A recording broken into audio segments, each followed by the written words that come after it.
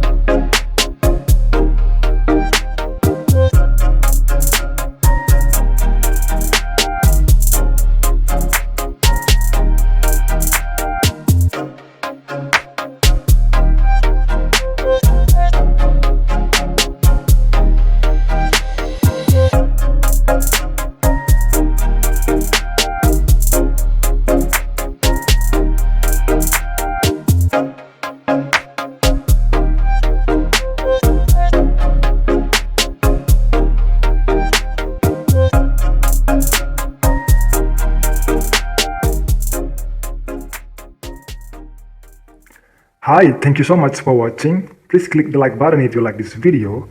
Give me your feedback in the comment section below. Don't forget to share this video to all of your friends and see you in the next video.